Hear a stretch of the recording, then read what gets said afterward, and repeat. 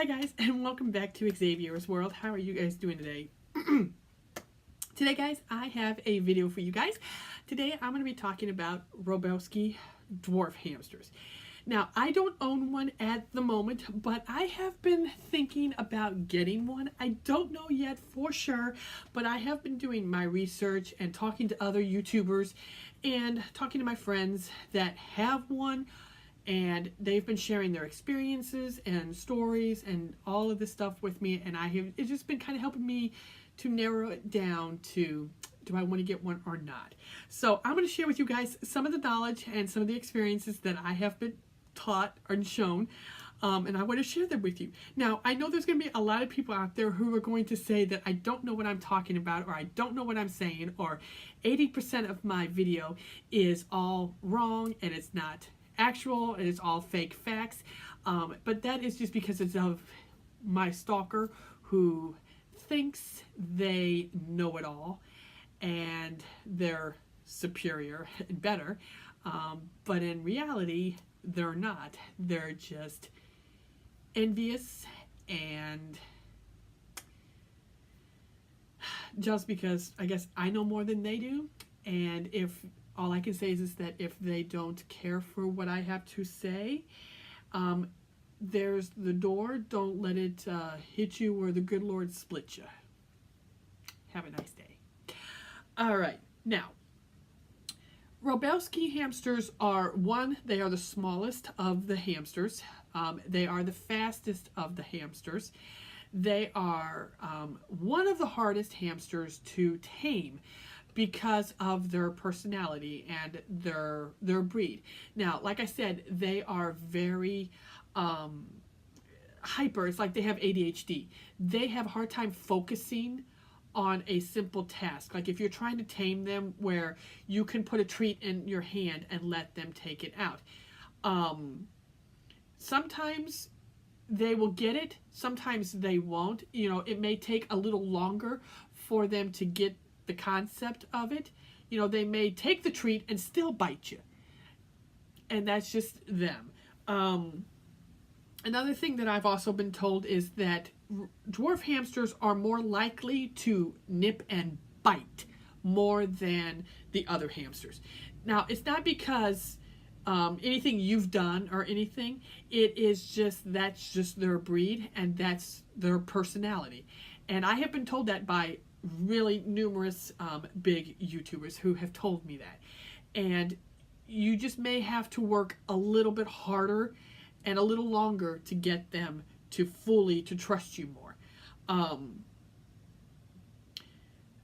Sometimes I've also been told that if they nip, they may never stop.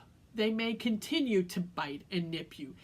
And that's just something you're going to have to learn to adapt to, and you're just going to have to learn to live with.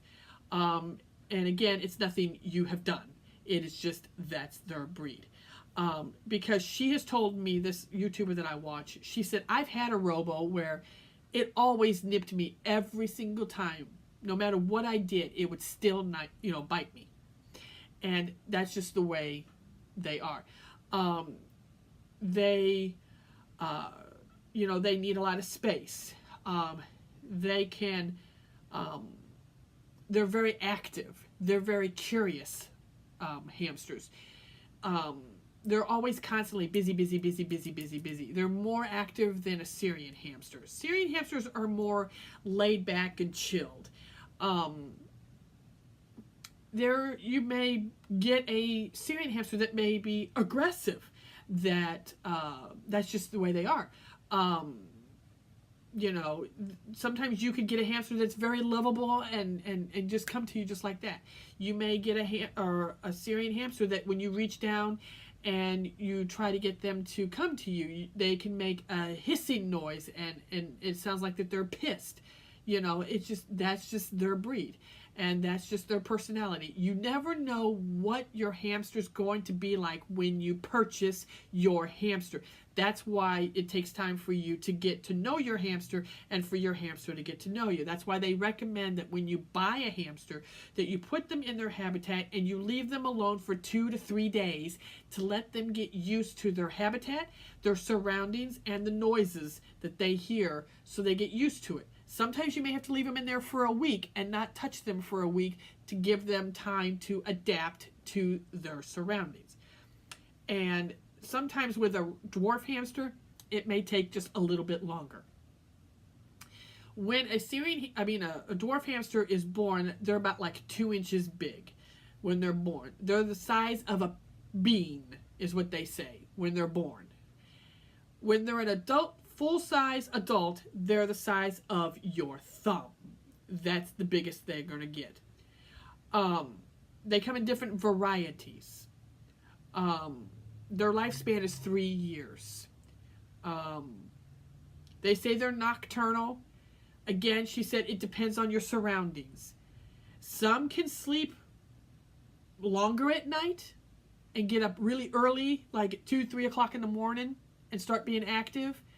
It just depends on the surroundings. How much noise is in your house. It's just them, you know. My Syrians, they have weird sleeping patterns. Sometimes they'll get up during the day because they'll hear me, you know, I've got the TV on, or I'm talking, I'm vacuuming the house. They hear these noises, and sometimes they're up and moving around, and then there are times they're just sleeping. So you never know. But she said that's normal. But she said robos are more hyper. They'll sleep for maybe like a couple hours, get up. Be up for a couple hours, lay back down for another couple hours. Get up for another couple hours, and it's just back and forth. That's just the way they are. And again, she said you never know what kind of hamster you have, what personality they have when you buy them. You don't know how they're going to act or what they're going to do until you get them, and then you work with them. But she said robos are more of a challenge to train. That's what she told me. She said, good luck if you get one, because you got to have really patience to get them to focus and, you know. But she said, you know, if it's what you love and you love hamsters, then, you know, no matter what, you'll work with them. You know, it's like having a child with ADHD. Of course, they're going to have a hard time focusing, but the more you work with them and be more patient with them and, you know, encouraging them, they're more likely to calm down and just work with you. Same way with a hamster. I have, you know, some of my Syrian hamsters are very active at certain times, and then there are times they're just plumb lazy. And then I have one hamster that's back there that will love, Gus loves to cuddle. All of my hamsters love to cuddle with us. They all love that. But Gus will cuddle with you for a little bit. He'll play with you, you know, and he'll run on you, and he'll give kisses, and he's very affectionate. But then there are times he's like, okay, I'm done. I've done enough of this stuff. I want to go play. And then he gets really hyper, and then I put him back in his tank, and he gets on his wheel, and he run. And he's fine. That's just Gus. He's very affectionate one moment, and then the next minute he's just like, hey, let me go do my guy thing, you know. But he's more of a daddy's boy than a mama's boy. Peanut is a mama's boy, and Squeakers is definitely a mama's boy. But I will talk more about that later in another video about my Syrians. But anyway, but robos, now I've been told that dwarf hamsters are not meant to be in a wheel. And then I've heard some people say that they can be in a wheel. I've heard that they say that the flying saucer discs are a better choice for robos or for dwarf hamsters. They're much better for them. Now, I've heard people say, you know, get the small wheel and then get the disc, the flying saucer, and put it in there together, and let them choose which one they want. If they want the flying disc saucer or they want the wheel. Let them choose. And whichever one that they are drawn to more, you leave that one in there and then you take the other one out. Now, they said if you put a wheel in their cage, that's fine. Just some dwarf hamsters are different. Some like this, some like that. You know, same way with Syrians. You have to find it. I tried putting one of those flying saucer discs. My Syrians would not touch it. They would sit on it and poop. That's it. But they didn't have anything to do with it. They didn't like it.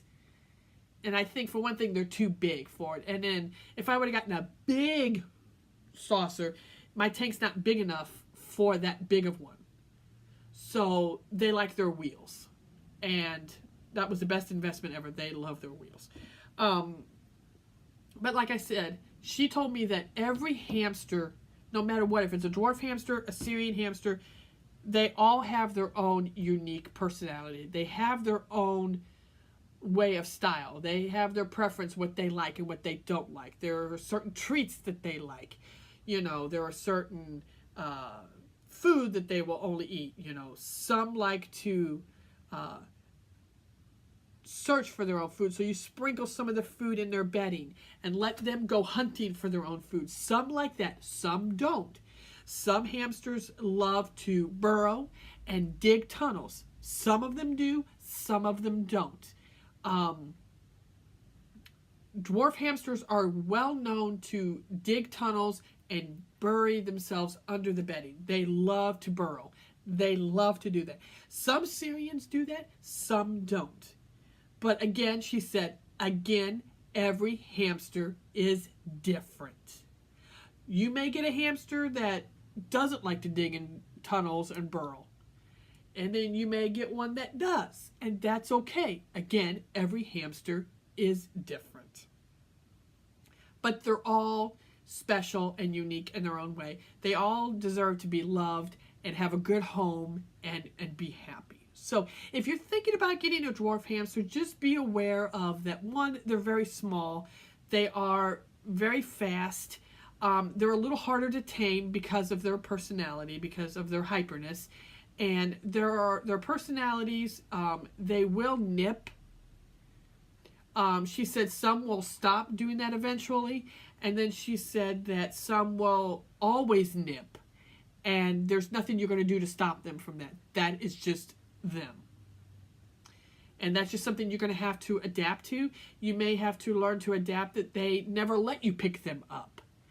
And you have to be okay with that. You know, and if that's something that you're not going to be okay with, then don't get a robo hamster. Because there are some Syrian hamsters don't like to be handled. There are some that do. Again, it's just their personality.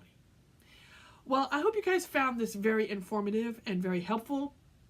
If you guys have any questions or anything, feel free to leave in the comments down below. And I hope you guys have a wonderful day. And I will see you guys next time here on Xavier's World. Until then, remember, God loves you.